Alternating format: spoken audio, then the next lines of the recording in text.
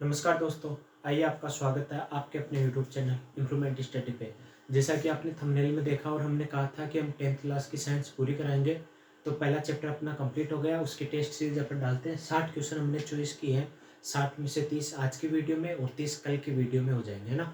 तो दोस्तों, इस टेस्ट सीरीज को देखने से पहले जिस भी भाई बहन ने अपने क्लास नहीं देखी वो कृपया करके क्लास देखे फिर ही टेस्ट सीरीज दे, वरना ऐसे समझ नहीं आएगी, है ना। तो क्लास 10 साइंस चैप्टर फर्स्ट रासायनिक अभिक्रिया एवं समीकरण, है ना। तो इनके क्वेश्चन अपन देखते हैं। रासायनिक अभिक्रिया में भाग लेने वाले पदार्थ को कहा जाता है, यानी ये कह रहा है कि जो रासायनिक अभिक्रिया है उसमें भाग लेने वाले पदार्थ को क्या कहा जाता है। पहला ऑप्शन है ऑक्सीकारक, अवकारक या अभिकारक या प्रतिफल। तो इसमें से अपना आंसर हो जाएगा अभिकारक। क्या आंसर हो जाएगा? अभिकारक। ना तो ऑक्सीकारक होगा ना ही अवकारक होगा। अपना आंसर क्या हो जाएगा? अभिकारक। जो कि एलएचएस साइड में होते हैं उसे क्या कहते हैं? अभिकारक। नेक्स्ट, लोहा को जिंक से लेपित करने की क्रिया को कहते हैं, यानी जो संसारण प्रक्रिया होती है, कौन सी प्रक्रिया? संसारण। इसमें क्या होता है? लोहे पे जंग लग जाता है, लोहे पर जंग यानी लोहा भूरी परत चढ़ जाती है, लोहे पे जंग लग जाता है, या चांदी काली पड़ जाती है, और तांबा या पीतल क्या होता है? उस पर हरी परत चढ़ जाती है। इससे बचने के लिए अपन क्या करते हैं? लोहे पे जिंक की क्या लगाते हैं? लेपित, यानी एक परत चढ़ाते हैं, उसे क्या कहते हैं? गेवलीकरण। क्या कहते हैं? गेवलीकरण। इसका आंसर हो जाएगा बी, गेवलीकरण। दूसरे क्वेश्चन का ना। तीसरा, सिल्वर क्लोराइड। सिल्वर क्लोराइड का रंग कौन सा होता है? तो भाई सिल्वर क्लोराइड का रंग होता है श्वेत। क्या होता है? श्वेत, यानी सफेद कलर की होती है सिल्वर क्लोराइड। ठीक है, नेक्स्ट। सिल्वर क्लोराइड यानी AgCl, है ना। निम्नलिखित में से कौन एक दहन अभिक्रिया है? दहन अभिक्रिया यानी कि जो जल रही है या उसका दहन हो रहा है। एक अपन ने पढ़ा था रासायनिक परिवर्तन और भौतिक परिवर्तन। रासायनिक परिवर्तन में किसी चीज को वापस पुनः उसी अवस्था में नहीं लाया जा सकता, लेकिन भौतिक अवस्था में हम उस चीज को या उस वस्तु को वापस उसी अवस्था में ला सकते हैं। तो यहाँ जल का उबलना एक भौतिक परिवर्तन है, क्योंकि उबले हुए जल या वाष्प से अपन पानी वापस बना सकते हैं। मोम का पिघलना भी एक भौतिक क्रिया है, यानी ये दोनों आंसर नहीं होगी। मोम पिघल जाएगी। मोम का जलना रासायनिक परिवर्तन होता है, लेकिन मोम का पिघलना क्या होता है? भौतिक परिवर्तन। पेट्रोल का जलना, एक बार अगर पेट्रोल जल गया तो उसी पेट्रोल को अपन वापस नहीं बना सकते हैं, और नन का मतलब नहीं। इसका आंसर हो जाएगा सी, पेट्रोल का जलना। ठीक है, ये हुआ। नेक्स्ट,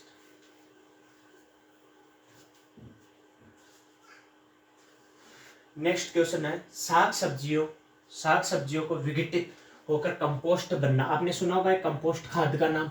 क्यों? अभिक्रिया को उदाहरण में कंपोस्ट खाद यानी कोई एक पात्र होता है, उसके अंदर सड़ी गली सब्जी, पत्तियां या बचा हुआ भोजन, टूटी पत्तियां, गली हुई साग सब्जी, ऐसी कुछ भी चीजें उसमें डालते हैं तो उसका क्या बनता है? कंपोस्ट खाद। बड़े बड़े गार्डन होते हैं ना, उसमें देखा करो एक इतना बड़ा ड्रम टाइप का एक रहता है, उसमें पत्तियां वत्तियां डालते हैं, यानी उसको कंपोस्ट खाद बना रहे हैं। कंपोस्ट खाद उपजाऊ भी होता है। तो कौन सी अभिक्रिया होगी?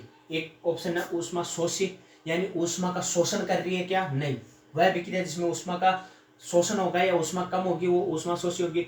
ऊष्मा सेपी। क्या होगा इसका आंसर? ऊष्मा सेपी। यानी ऊष्मा सेपी की परिभाषा बोले अपन तो वह अभिक्रिया जिसमें उत्पाद के साथ साथ ऊष्मा का भी निर्माण होता है, क्या कहलाती है? ऊष्मा सेपी। या कंपोस्ट खाद बन रही है, कंपोस्ट खाद के साथ साथ कंपोस्ट खाद गर्म होती है। आपने गाँव में अधिकतर देखा होगा कि जब गोबर खाद को खेत ट्रॉली में डालते हैं, ट्रैक्टर वाली ट्रॉली में, तो नंगे पांव वहां खड़ा नहीं हुआ जाता, क्योंकि उसमें भी ताप निकलता है, उसमें भी गर्म होती है। किस कारण? ऊष्मा सेपी के कारण। उभयगामी नहीं है, प्रतिस्थापन नहीं है। उसका आंसर क्या हो जाएगा? बी, यानी ऊष्मा सेपी। नेक्स्ट, रासायनिक अभिक्रिया के दौरान किसी पदार्थ में ऑक्सीजन का ह्रास कहलाता है। दो चीज होती है भाई, एक तो होता है ऑक्सीजन की कमी, हाइड्रोजन की वृद्धि। एक होती है ऑक्सीजन की वृद्धि और हाइड्रोजन की कमी। ये तो होती है अपचयन। क्या होती है? अपचयन। ये होती है उपचयन। उपचयन। ऑक्सीजन बढ़ रहा है, ऑक्सीजन यानी ओ से हो जाएगा, इसका समझ लो ना। तो इसमें ऑक्सीजन बढ़ रहा है किसमें, और इसमें क्या कहा? ऑक्सीजन का ह्रास। ऑक्सीजन का ह्रास यानी ऑक्सीजन की कमी किसमें हो रही है? अपचयन में। देखो उपचयन नहीं, अपचयन। दूसरा आंसर अपना अपचयन है। संसारण अभी मैंने बताया था, संसारण और नन। इसका आंसर क्या हो जाएगा? अपचयन। बी आंसर हो जाएगा भाई इसका, है ना। नेक्स्ट, जब मैग्नीशियम फीता या मैग्नीशियम रिबन को जलाया जाता है तो उत्पन्न आग की लॉ होती है कि जब मैग्नीशियम रिबन को जलाया जाता है, या एक होती है अपने मैग्नीशियम ऑक्साइड की परिभाषा होती है कि मैग्नीशियम रिबन को वायु की उपस्थिति में जलाने पे अपने पास क्या होती है, मैग्नीशियम ऑक्साइड प्राप्त होती है। और जो चूर्ण प्राप्त होता है, एक चूर्ण प्राप्त होता है और एक ज्वाला उत्पन्न होती है। ज्वाला कौन सी उत्पन्न होती है, क्या पीली नहीं, नीली नहीं, चमकीली ज्वाला होती है। कौन सी ज्वाला, चमकीली ज्वाला। और मैग्नीशियम को क्या बोला जाता है, चौर धातु बोला जाता है। यानी ये वायु से भी ऑक्सीजन चुरा लेगी, और अगर इस पे जल डाला, बुझाने के लिए पानी डालते हैं, पानी भी डाला तो पानी में से भी ऑक्सीजन चुरा लेगी और ज्यादा जलने लगेगी। Next, Zn plus CuSO4, Zn plus CuSO4 बना रहा है Zn SO4, Cu को बाहर निकाल दिया। रासायनिक अभिक्रिया किस प्रकार की है, यानी अपन ने पढ़ी थी संयोजन, वियोजन और विस्थापन। विस्थापन में अपन ने पढ़ा था कि अधिक क्रियाशील धातु या अधिक क्रियाशील तत्व कम क्रियाशील तत्व को अपने यौगिक से क्या कर देगा, विस्थापित। यानी ये अधिक क्रियाशील है, ये कम क्रियाशील है। सक्रियता श्रेणी अपन जब पढ़ेंगे ना तब बताएंगे आपको कि कौन अधिक क्रियाशील है, कम क्रियाशील। यानी Zn अधिक क्रियाशील है Cu से, है ना, सॉरी Zn ज्यादा क्रियाशील है और ये कम क्रियाशील है, तो Zn Cu को बाहर भगा देगा और Cu की जगह कौन आ जाएगा, Zn को। ध्यान देख लो, Zn SO4 Cu को बाहर निकाल दिया। ये कौन सी अभिक्रिया होती है, वियोजन अभिक्रिया होती है, सॉरी विस्थापन अभिक्रिया।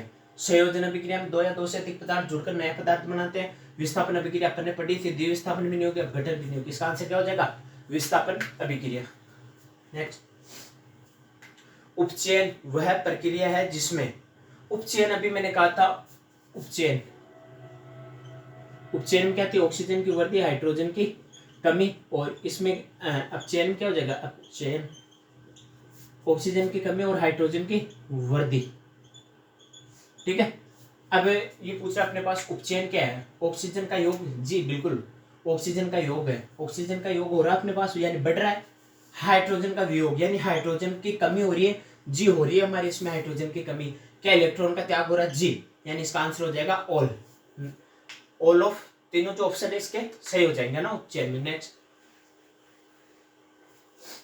श्वसन किस प्रकार की रासायनिक अभिक्रिया है, श्वसन किस प्रकार की रासायनिक अभिक्रिया है, तो इसमें अपन दे देंगे ऊष्माक्षेपी। क्या देंगे, ऊष्माक्षेपी अभिक्रिया देंगे, क्योंकि उपचयन भी नहीं होगी, संयोजन भी नहीं होगी, ऊष्माशोषी भी नहीं होगी, ऊष्माक्षेपी अभिक्रिया हो जाएगी, इजी है। नेक्स्ट,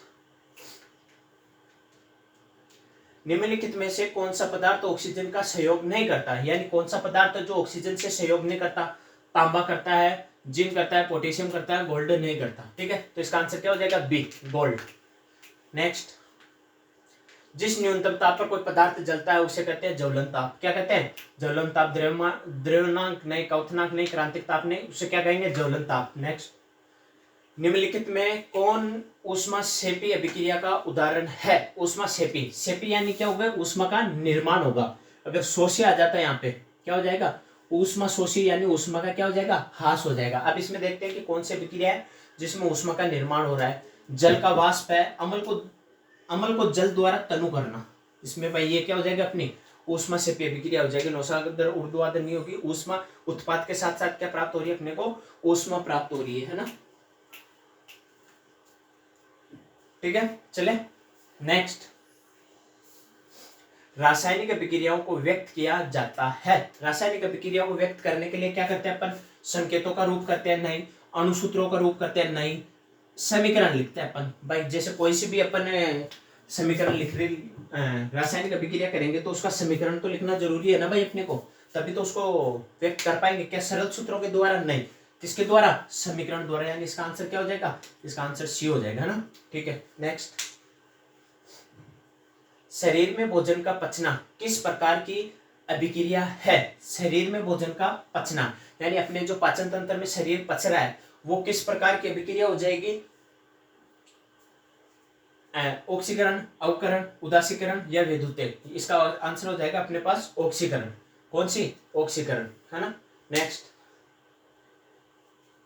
जिस रासायनिक अभिक्रिया में प्रतिफल के साथ साथ ऊष्मा का उत्सर्जन होता है उसे कहते हैं, यानी वह रासायनिक अभिक्रिया जिसमें उत्पाद के साथ साथ ऊष्मा का उत्सर्जन होता है उसे क्या कहते हैं अपन, ऊष्माक्षेपी अभिक्रिया कहते हैं। क्या ऊष्माक्षेपी अभिक्रिया है, जी अपना पहला ही ऑप्शन ऊष्माक्षेपी अभिक्रिया है।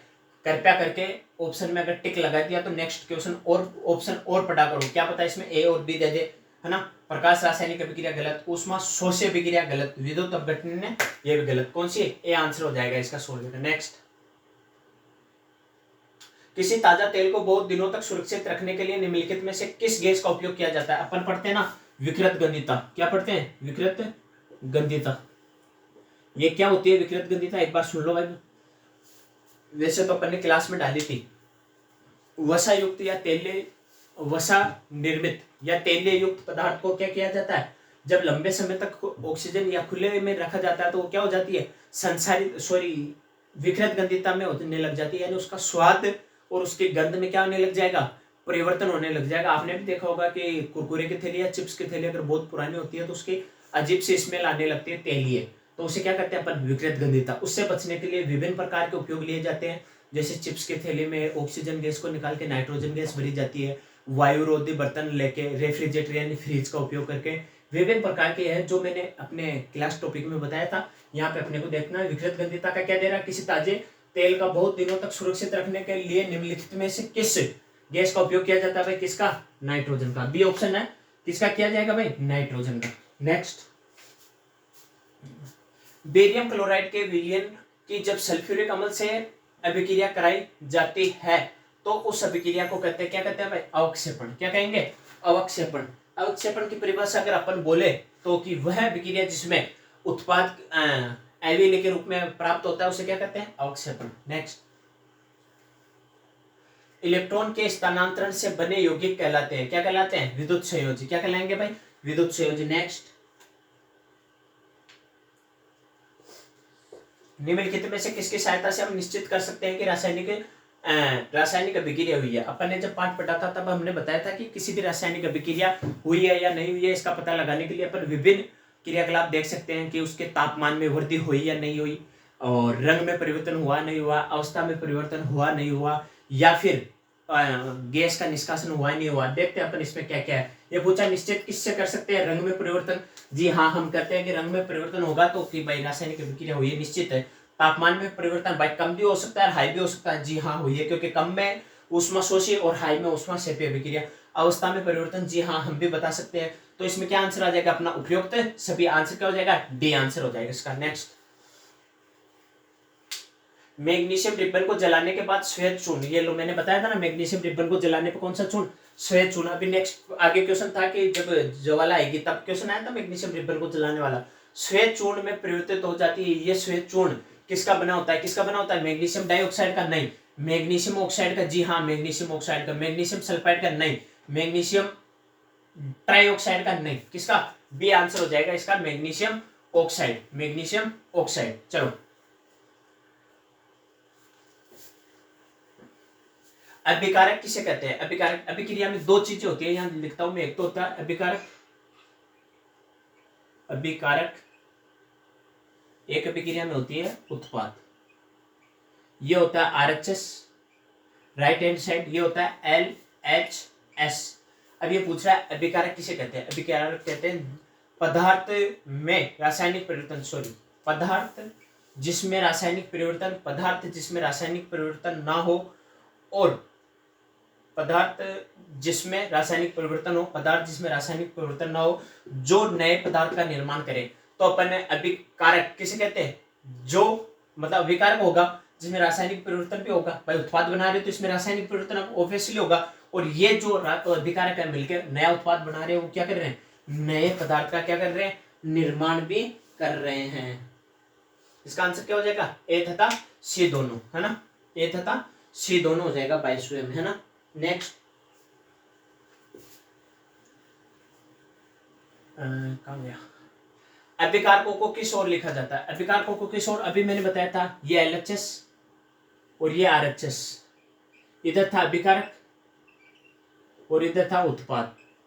तो किस साइड हो गया, एलएचएस यानी लेफ्ट हैंड साइड, यानी वो दाया हो गया तो ये बाया, बाई ओर लिखा जाता है भाई, दाई ओर नहीं, बाई ओर दाई ओर नहीं, इनमें से कोई नहीं, क्योंकि अभिकारक को दोनों साइड थोड़ी लिखेंगे अपन, तो एक साइड ही लिखते हैं, यानी इसका क्या हो जाएगा, बाई ओर, एलएचएस लेफ्ट हैंड साइड की तरफ लिखा जाता है। नेक्स्ट, अभिकारक और उत्पाद के बीच तीर का सिरा किस तरफ होता है, अभिकारक और ये उत्पाद, तो सिरा किस तरफ है भाई, तीर के सिरा उत्पाद की तरफ है, अभिकारक की ओर नहीं, उत्पाद की ओर जी हाँ, दोनों ओर नहीं, दोनों ओर कहाँ है, दोनों ओर होता तो यूं होता, दोनों ओर नहीं है, किस तरफ है, ओनली फॉर उत्पाद की तरफ, इसका आंसर हो जाएगा बी। नेक्स्ट,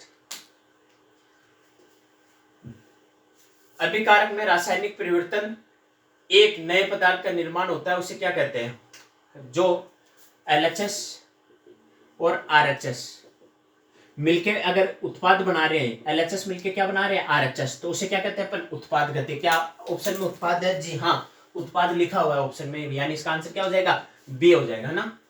नेक्स्ट, जब दोनों और तत्वों के परमाणुओं की संख्या बराबर होती है तो समीकरण कैसा होता है, यानी RHS और LHS क्या होने चाहिए, बराबर, तब अपन क्या कहते हैं, समीकरण संतुलित है, असंतुलित नहीं, ए तथा बी नहीं, इनमें से कोई नहीं, नहीं क्या कहेंगे अपन, अगर LHS और RHS बराबर है तो अपन क्या कहेंगे, जैसे एक एग्जांपल ले लेते हैं, Mg प्लस O2 क्या बनता है, MgO, यानी मैग्नीशियम ऑक्साइड बनता है, या Mg एक है या Mg एक है, लेकिन यहाँ ऑक्सीजन 2 है या ऑक्सीजन 1 है, तो ये तो क्या हो गई, असंतुलन, यानी कंकाली विधि। अगर अपन इसको संतुलित कर दे, यहाँ 2 लगा दिया, Mg के आगे कितने लगा दिया, 2, यानी ऑक्सीजन 2 हो गया, Mg 2 हो गया, 2 यहाँ लगा दिया, तो ये क्या, इधर का और उधर का दोनों परमाणु बराबर है ना, इसको अपन बोलते हैं हिट एंड ट्रायल विधि। जिस विधि से मैंने इसको संतुलित किया उसे क्या कहेंगे, हिट एंड ट्रायल विधि, और ये अभिक्रिया क्या है, संतुलित, तो इसे अपन क्या कहेंगे, संतुलित। नेक्स्ट, सबसे छोटे पूर्णांक संख्या के गुणांक का उपयोग करके समीकरण को संतुलित करने की विधि को क्या कहा जाता है। अभी नेक्स्ट क्वेश्चन में मैंने पिछले क्वेश्चन में बताया था हिट एंड ट्रायल विधि, क्या कहेंगे, हिट एंड ट्रायल विधि। क्या ट्रायल एंड एरर विधि गलत, ए तथा बी गलत, ट्रायल विधि पे आ जाए ना ओनली फॉर तो भी गलत करना, आपको हिट एंड ट्रायल विधि करना है पूरा, हिट एंड ट्रायल विधि, ठीक है। जिससे छोटी पूर्णांक संख्या के गुणांक, यानी 2 अभी मैंने लिया था, Mg 2 है या ये है, इसके पूर्णांक की संख्या बराबर करके समीकरण को संतुलित किया है। संतुलित का मतलब LHS और RHS को बराबर किया, तो उसे क्या कहेंगे अपन, हिट एंड ट्रायल विधि। नेक्स्ट, अभिक्रिया की परिस्थितियां की ताप, दाब, उत्प्रेरक आदि को समीकरण में कहां दर्शाया जाता है, तो इसको कहां दर्शाया जाएगा भाई, देखो जैसे मैंने कहा ये तीर है, ये पूछा है अभिक्रिया की परिस्थितियां ताप, दाब, उत्प्रेरक आदि समीकरण को कहां दर्शाया जाता है, क्या तीर के निशान के ऊपर, तीर के निशान का मतलब यहाँ पे ताप का ले रहा हूँ ना, क्या तीर के निशान के नीचे यानी यहाँ पे, तो अपन कह सकते हैं हाँ ऊपर और नीचे दोनों में से दर्शा सकते हैं। तीर के दाईं ओर, क्या तीर के दाईं ओर यहाँ दर्शाएंगे क्या, तीर के दाईं ओर, ये तो गलत हो जाएगा, या तो उत्पाद दर्शाते हैं अपन, यानी इसका आंसर क्या हो जाएगा, डी, ए तथा बी, ठीक है। नेक्स्ट, किसी अभिक्रिया, अभिकारक या उत्पाद की जलीय अवस्था को दर्शाने वाला संकेत कौन सा है, जलीय अवस्था को दर्शाने वाला संकेत AQ है, G यानी गैस, L यानी लिक्विड द्रवित अवस्था, और सॉलिड, और AQ हो जाएगा जलीय अवस्था, ठीक है दोस्तों। AQ क्या होगा, जलीय अवस्था को दर्शाएगा, G किसको दर्शाएगा, गैसीय, L यानी लिक्विड द्रवित अवस्था को, S किसको दर्शाएगा, सॉलिड यानी ठोस अवस्था को। नेक्स्ट, निम्नलिखित में से किस धातु का संसारण नहीं होता, संसरण नहीं होता, मैंने अभी बता दिया था संसारण होगा ये ना, ठीक है छोड़ो जो भी, संसारण किसका नहीं होगा भाई, लोहा का होगा, तांबे का, अभी अपन ने कहा था संसारण की परिभाषा बोलता हूँ, चलो मैं, कि संसारण धातुएं जब वायु के संपर्क में या आर्द्रता नमी के संपर्क में, क्योंकि वायु में आर्द्रता रहती है, आर्द्रता या नमी के संपर्क में आएगी, और अगर अम्ल क्षार लवण के संपर्क में आएगी तो वह अपना संसारण होने लगेगा, या वह अपना क्षय करना प्रारंभ कर देगी, जैसे लोहे पे जंग लगता है, और ये संसारण बहुत एक धातुओं का रोग कह सकते हैं इसको, क्या कह सकते हैं, धातुओं का रोग। क्योंकि मान लो मेरे घर में अगर संसारण लोहे के जंग की वजह से 1 साल का 100 रुपए का नुकसान होता है, कम से कम मानते हैं अपन, तो सोचो पूरे साल में किशनगढ़ में कितना होगा, पूरे राजस्थान में कितना होगा, पूरे भारत में कितना होगा, और पूरे विश्व में धातुओं का नुकसान कितना होगा। लोहे के मतलब जहाज के लोहा पुर्ज हर साल चेंज करने पड़ते हैं, क्यों, क्योंकि ये संसारित हो रहे हैं। लोहा संसारित होता है भाई, तांबा भी होता है, तांबे पे हरी परत चढ़ती है, चांदी पे काली परत चढ़ती है, यानी इसका आंसर क्या हो जाएगा, क्रोमियम। इसका आंसर क्या हो जाएगा, कौन सी धातु है जिसपे संचरण नहीं होगा, क्रोमियम। तो ये अपने एक टेस्ट सीरीज थी बच्चों, 30 क्वेश्चनों की, आशा करते हैं कि आपको ये क्वेश्चन अच्छे लगेंगे, और 30 क्वेश्चन या 40 क्वेश्चन अपन नेक्स्ट क्लास में लाएंगे। तब तक आप इस क्वेश्चनों को पढ़ो, और अच्छे लगे तो like, share and subscribe. Thank you दोस्तों।